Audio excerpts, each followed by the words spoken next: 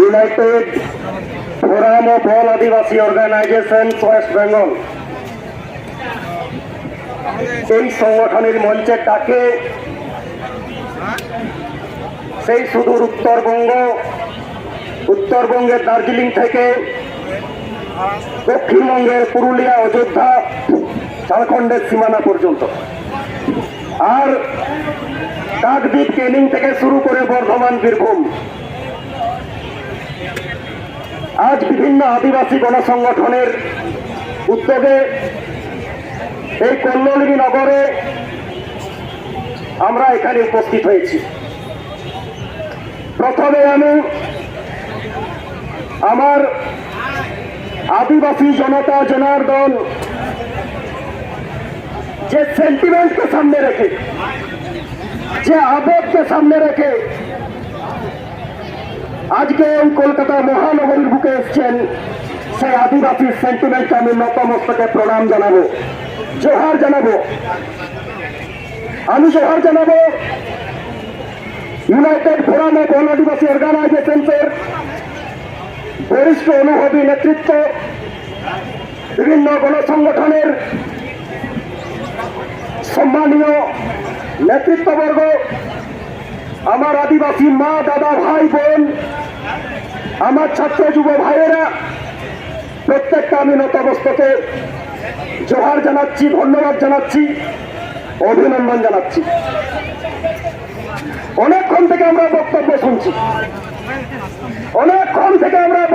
শুনছি, এই রানী রাসমণি রোডে অনেক আদিবাসী সমাবেশ হয়েছে, অনেক আদিবাসী গণসংগঠনের সমাবেশ হয়েছে, অনেক ইতিহাসের সাক্ষী এই রানী রাসমণি রোড। কিন্তু আজকের এই আদিবাসী জনপ্লাবন, কলকাতার বুকে আদিবাসী জনপ্লাবন, এই জনপ্লাবন দেখে একটা কথা মনে পড়ছে। দেশের একসময় সংকটময় পরিস্থিতিতে এক রাজনৈতিক ব্যক্তিত্ব বলেছিলেন, ये वक्त की आवाज है मिलके चलो, ये वक्त की आवाज है मिलके चलो।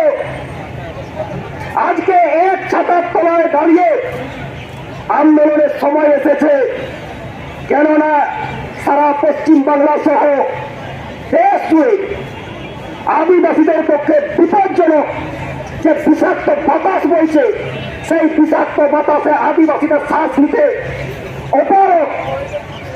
আজকে আদিবাসীদের অস্তিত্ব রক্ষায়, আদিবাসীদের কল্যাণার্থে, আদিবাসীদের সাংবিধানিক অধিকার রক্ষার স্বার্থে আজকে এক ছাতার তলায় দাঁড়িয়ে আজকে আন্দোলন করার সময় এসছে। সংগ্রামী সাথী, আমি আমার বক্তব্য মোটেও দীর্ঘায়িত করব না।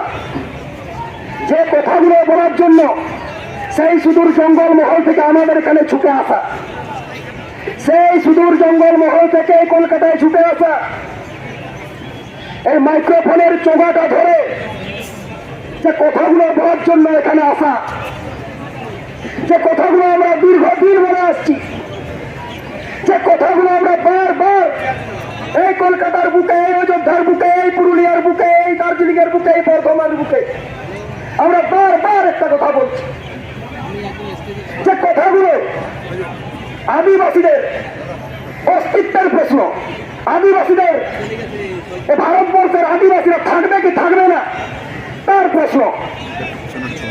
এই প্রশ্নগুলো নিরসনের ব্যাপারে কি কেন্দ্র সরকার, কি রাজ্য সরকার, তাদের ইতিবাচক দৃষ্টিভঙ্গির আমরা পরিচয় পাইনি। একটু আগেই পূর্ববর্তী বক্তা রাজস্বটা বলে গেল, ভারতবর্ষের পার্লামেন্টে যে পার্লামেন্টে আইন তৈরি হয়, যে পার্লামেন্টের আইন অনুযায়ী দেশটা পরিচালিত হয়, যে পার্লামেন্টের আইন অনুযায়ী রাষ্ট্রের পরিচালক বর্গরা এই দেশটাকে শাসন করে, তারা তাদের সুবিধা মতো, নিজের বাবার সম্পত্তির মতো এই সাংবিধানিক অধিকারগুলোকে খর্ব করার জন্য, আদিবাসীদের গণতান্ত্রিক অধিকারকে খর্ব করার জন্য, আদিবাসীদের জমি জঙ্গল জমির অধিকারকে খর্ব করার জন্য আজকে নতুন নতুন বিল পাস হচ্ছে।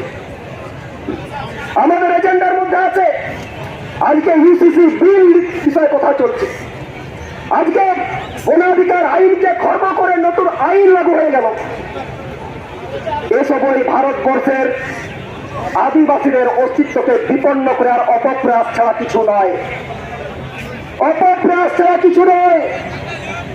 আর আদিবাসীদের এই সংকটময় পরিস্থিতিতে পাশে কাউকে পাবেন না, কি রাজ্য কি কেন্দ্র, কাউকে পাশে পাবেন না।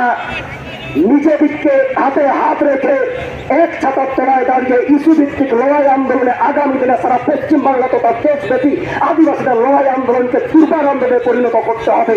তবেই আদিবাসীরা বাঁচবে, তবেই আদিবাসীরা বাঁচবে। আজকে এ বিষয়ে স্মরণ করিয়ে দিই, স্মরণ করিয়ে দেওয়া দরকার আছে। আজকে নতুন নতুন আদিবাসী প্রেমীর উদ্ভব হয়েছে, নতুন নতুন আদিবাসী দরদির উদ্ভব হয়েছে। এ বলে আমি আদিবাসী দরদি, তবে ও বলে আমিও কম চাই না, আমিও কম চাই না। আজকে সরাসরি বলছি, বনাধিকার আইন পার্লামেন্টে পাস হলো, পার্লামেন্টে পাস হয়ে গেল। আজ বিরোধীদের কোন বিরোধিতা আপনারা দেখতে পেয়েছেন কি পাননি? আপনারা নিজের জীবন জীবিকার অভিজ্ঞতা থেকে দেখবেন। আজকে বড় বড় কথা হচ্ছে আমরা নাকি আদিবাসীদের পক্ষে। আমাদের রাজ্যের যারা আজকে রাজ্যটা পরিচালনা করছেন উনারা বলছেন আমরা আদিবাসী দরদি। আর আজকে পার্লামেন্টে যখন বনাধিকার আইন সংশোধন হলো, তো এখানকার এমপি গুলো কি ওই পার্লামেন্টে ঠান্ডা ঘরে বসে ঘুমোতে গিয়েছিলেন? ঘুমোতে গিয়েছিলেন?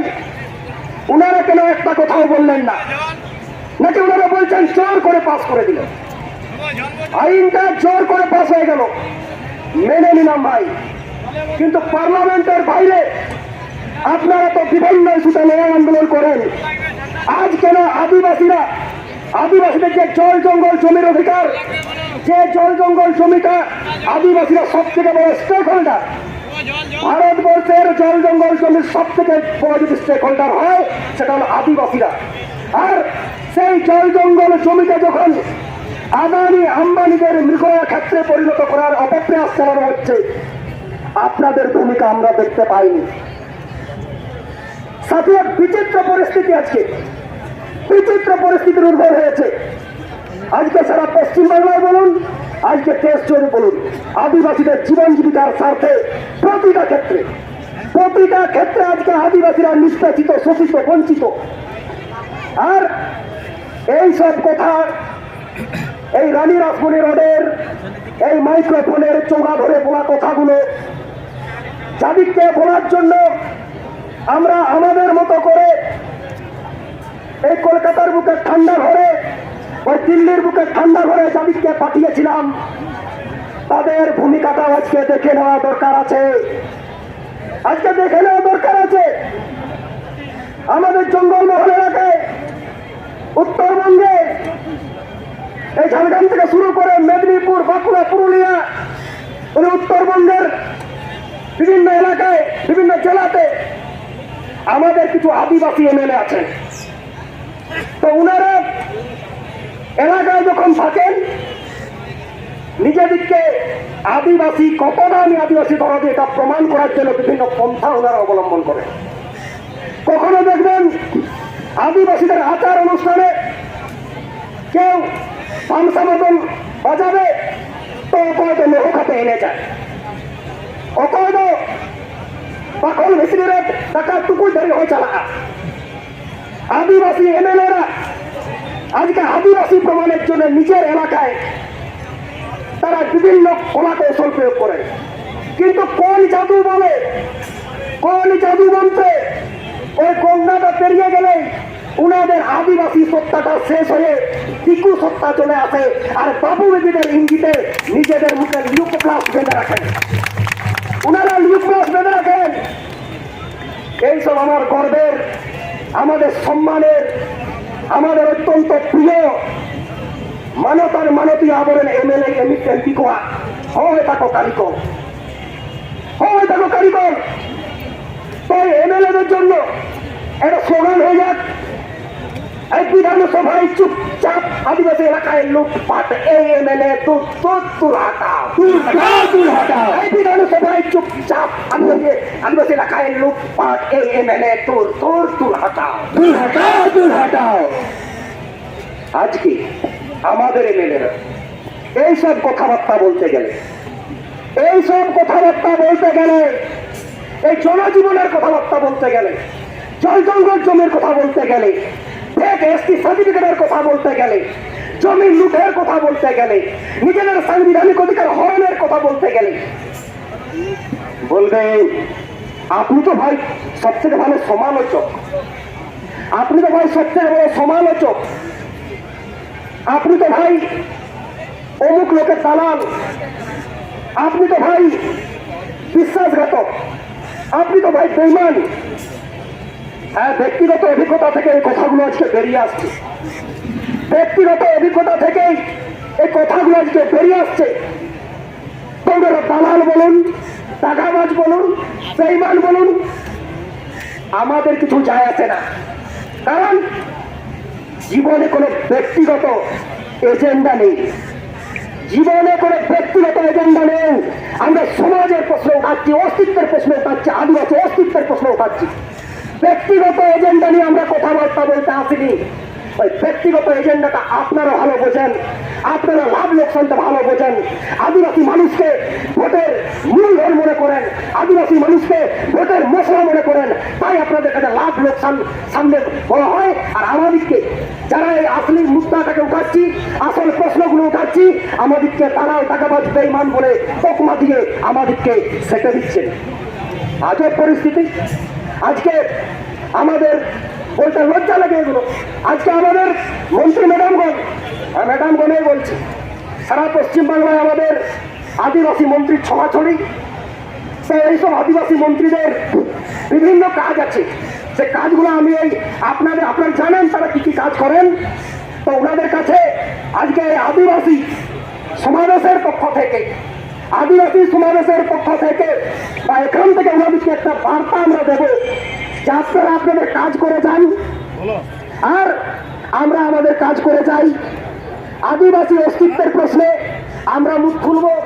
আপনারা যদি দায়বদ্ধতা পালনে অক্ষম হন, আপনাদের কাজটাও কিন্তু আমরা করে দেবো, আগামী দিনে আপনাদের কাজটাও করে দেব।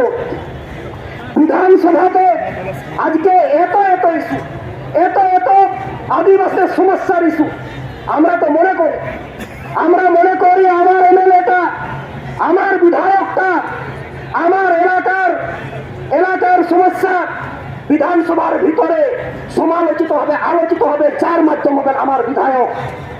আর ওই সমস্যাগুলো সমালোচিত হয়ে আলোচিত হয়ে নতুন আদিবাসীদের উত্তরণের পন্থা বেরিয়ে আসবে, এটাই নিয়ম। কিন্তু আমাদের আদিবাসী এমএলএরা আদিবাসী জনজীবনের সমস্যা নিরসনে সম্পূর্ণ ব্যর্থ। তাদের সাঁওতালি মাধ্যমে শিক্ষাই হোক, ফেক এসটি সার্টিফিকেট হোক, আজকে বিভিন্ন জনজীবনের সমস্যা হোক, ওনারা বিরাট টোটালি খেলিও ওনারা জানেনই না এই সমস্যাগুলো। আজকে আদিবাসী জনতাকে ঠিক করতে হবে, আদিবাসী জাগ্রত জনতাকে ঠিক করতে হবে যে ওইসব এমএলএ আমাদের কি কাজে লাগে, ওইসব এমএলএ কে বিধানসভার ভিতরে মুখ খোলানোর জন্য কি কি দরকার, ওইসব এমএলএ কে বিধানসভার ভিতরে কথা বলানোর জন্য কিরকম আন্দোলন দরকার, আদিবাসী মানুষকে ঠিক করতে হবে, আদিবাসী মানুষরাই ঠিক করবে। এবং ওইসব এমএলএ যেন তৈরি থাকে, এইরকম আমি করজোড়ে অনুরোধ করব আমার বরিষ্ঠ নেতৃত্ববর্গের কাছে। আজকে যে বেঈমানগুলো আজকে আদিবাসী সমাজে বড় হয়ে আদিবাসী সমাজের খেয়ে পড়ে আদিবাসী সেন্টিমেন্ট ব্যবহার করে আদিবাসীদের মানুষের স্বপ্নকে ভেঙে চুরমার করে দেবে, আর জাগ্রত আদিবাসীরা চুপচাপ থাকবে, এ হতে পারে না। এই জাগ্রত জনতা একদিন আদিবাসীদের এমএলএদের বাড়িতে যাবে এবং সেই আন্দোলন আগামী দিনে নেওয়া হোক, আমি করজোড়ে অনুরোধ করব। সংগ্রামী সাথী, আমি আমার বক্তব্য দীর্ঘায়িত করব না, আরো অনেক বক্তা আছেন। আজকে এই বিচিত্র পরিস্থিতিতে আদিবাসীরা লড়াই আন্দোলনে ছিল, লড়াই আন্দোলনে আছে এবং আগামী দিনে লড়াই আন্দোলনের মাধ্যমে বেঁচে থাকবে, এই প্রতিজ্ঞা নিয়ে আমরা এখান থেকে যাব। আপনারা জানেন আমার অনেক মায়েরা এসছেন এখানে, আজকে সারা ভারত, পশ্চিম বাংলা সহ সারা ভারতবর্ষ জুড়ে যে নারী নির্যাতন, মণিপুরে কি হয়েছে আপনারা জানেন। নতুন করে আমি মাইকের চোখা ধরে ওইসব কথা বলবো না, শুধু এটুকু স্মরণ করিয়ে দেবে। ঠিক সেই সময় মণিপুরে যখন নেককারজনক ঘটনা হচ্ছে, মণিপুর চলছে কয়েক মাস ধরে, ঠিক সেই সময়ে আমাদের বাঁকুড়া, পুরুলিয়া, ঝাড়গ্রাম, মেদিনীপুর জঙ্গলমহলে একটা অপ্রাসঙ্গিক একটা আন্দোলন হচ্ছিল, আপনাদের মনে রাখা দরকার। ওই অপ্রাসঙ্গিক আন্দোলনের আমার অত্যন্ত সম্মানীয় নেতারা, সম্মানীয় বলবো, আমরা ভাতৃত্ববোধ বুঝি, উনারা মাইকের চোখা ধরে বলেছিলেন মণিপুর হবে এক, এই ল্যাঙ্গুয়েজ বলেছিলেন মণিপুর হবে এক। আমি বলি না দাদা, জঙ্গলমহলে থাক, মণিপুরের দরকার নাই। আমরা জঙ্গলমহলটাকে জঙ্গলমহলে থাকবো, শান্তির বাতাবরণে থাকবো, ভাতৃত্ববোধে থাকবো। আর আজকে মণিপুরে যে ন্যাক্কারজনক ঘটনা ঘটেছে এবং যারা রাষ্ট্রীয় মদতে ঘটেছে তাদের শুধু একটু কথাই বলবো, ভারত মাতা কি জয় বলা যাবে, ভারত মাতা কি জয় বলতে আমার আপত্তি নেই, সবাই বলবো। কিন্তু ভারত আর মাতা এই আবেগপ্রবণ শব্দকে এক শক্তিতে বসিয়ে উগ্র জাতীয়তাবাদের ধর্মান্ধতাকে ছাড়িয়ে দেওয়া যায়, কিন্তু ভারতবর্ষের নারীকে রক্ষা করাটা সহজ না। আদিবাসী মহিলারা আগামী দিনের ফুলো ঝানোরা নিজেদের অস্তিত্ব নিজেরাই রক্ষা করতে পারবে, আর তার জন্য তারা প্রস্তুত থাকবে।